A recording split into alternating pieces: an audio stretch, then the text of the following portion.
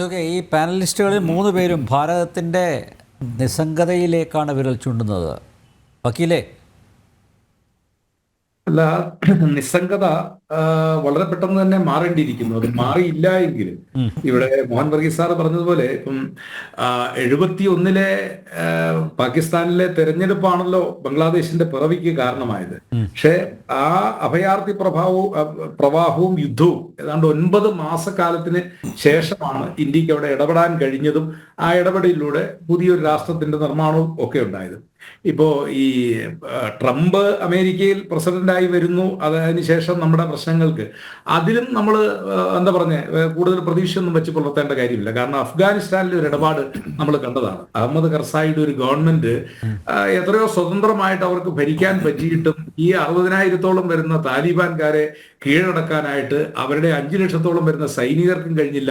അവസാനം ഇവരൊക്കെ ഇട്ട് ഓടിപ്പോകുന്ന ഒരു സ്ഥിതിവിശേഷമാണല്ലോ നമ്മൾ അവിടെ കണ്ടത്.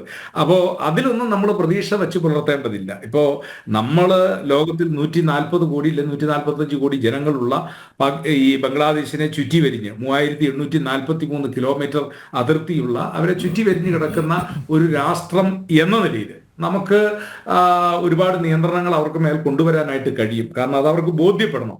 ഇന്ത്യയും അല്ലെങ്കിൽ അവിടുത്തെ മതന്യൂനപക്ഷങ്ങൾക്ക് നേരെ നടക്കുന്ന ആക്രമണങ്ങൾ അത് ഭാവിയിൽ അവർക്ക് ദുരന്തമായി മാറും എന്നുള്ളത് അവിടെ ബോധ്യപ്പെടുന്ന ചില പ്രവർത്തനങ്ങളിലേക്ക് ഇന്ത്യ സ്വാഭാവികമായും നീങ്ങേണ്ടതായിട്ടുണ്ട് എന്നുള്ള കാര്യത്തിൽ ഒരു തർക്കവുമില്ല.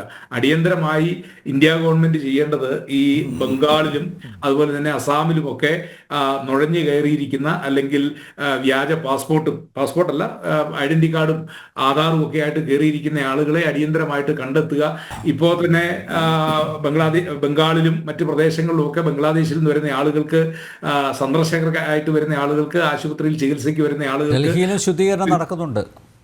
അതെ, ആശുപത്രിയിൽ പ്രവേശനമില്ല, അവർക്ക് ഹോട്ടലിൽ സീറ്റ് എന്താ പറഞ്ഞ മുറി കൊടുക്കുന്നില്ല എന്നൊരു നില. എന്ന് പറഞ്ഞാൽ അപ്പുറത്ത് നടക്കുന്നതിന് സമാന്തരമായ രീതിയിൽ ഇപ്പുറത്തും നടക്കും അല്ലെങ്കിൽ നടന്നിരിക്കും എന്നൊരു തോന്നലിലൂടെ മാത്രമേ. കാരണം പേടിയിൽ നിന്നല്ലേ പൗരബോധം ഉണരുമെന്ന് ചെമ്മനം ചാക്കോയുടെ ഒരു മലയാള കവിത. എല്ലാ പേടി ഉണ്ടായെങ്കിൽ മാത്രമേ ഈ പറഞ്ഞ സംഘടനകൾക്കും ഒക്കെ അതിന്റെ ഒരു ഭയവും ഈ ന്യൂനപക്ഷങ്ങളെയും അല്ലെങ്കിൽ അവർക്ക് ഇഷ്ടമില്ലാത്ത ആളുകളെയും ഒക്കെ ആക്രമിക്കുന്നതിൽ നിന്ന് അവരുടെ പ്രവർത്തനത്തെ പടിപടിയായിട്ട് പിന്മാറ്റാൻ കഴിയും. പക്ഷെ ഞാൻ ആദ്യം സൂചിപ്പിച്ചത് വീണ്ടും ആവർത്തിക്കുന്നു. ഈ ISI എന്ന് പറയുന്ന പാകിസ്ഥാന്റെ ഈ എന്താ പറയുക രഹസ്യാന്വേഷണം, നമ്മുടെ റിസർച്ച് ആൻഡ് അനാലിസിസ് വിങ്ങിന് സമാനമായ ഇന്റർ സർവീസ് ഇന്റലിജൻസ്, അത് അവിടുത്തെ സൈന്യത്തിന്റെ പൂർണ്ണമായ നേതൃത്വത്തിലാണ്.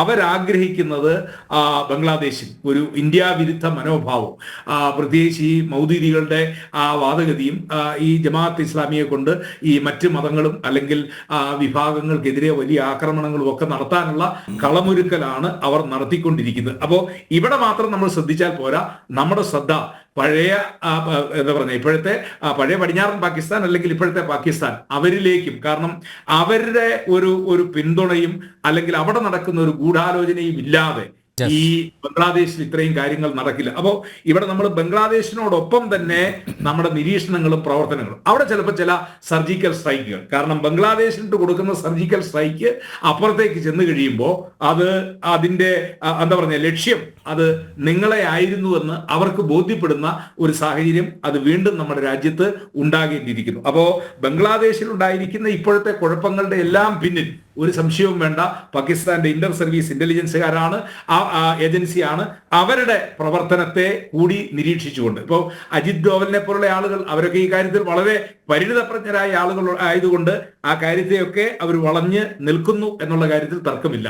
അപ്പോ ഈ പാകിസ്ഥാനിൽ ഇപ്പോൾ പ്രവർത്തിക്കുന്ന ഭീകര കേന്ദ്രങ്ങൾ, ആ ഭീകര കേന്ദ്രങ്ങൾക്ക് നേരെയുള്ള ഇൻഡയറക്റ്റ് ആയിട്ടുള്ള ആക്രമണങ്ങൾ, ആ ആക്രമണങ്ങൾ പോലും അതിന്റെ പ്രതിഫലനം ബംഗ്ലാദേശിൽ ഉണ്ടാകും എന്നുള്ള കാര്യത്തിൽ തർക്കമില്ല. അപ്പോ ഇന്ത്യ ഒരു എന്താ പറയുക ഒരു ആക്ഷനിലേക്ക് പടിപടിയായി പോകേണ്ട ഒരു സാഹചര്യം സംജാതമായിരിക്കുന്നു എന്നാണ് എനിക്ക് ആ കാര്യത്തിൽ സൂചിപ്പിക്കാറുള്ളത്.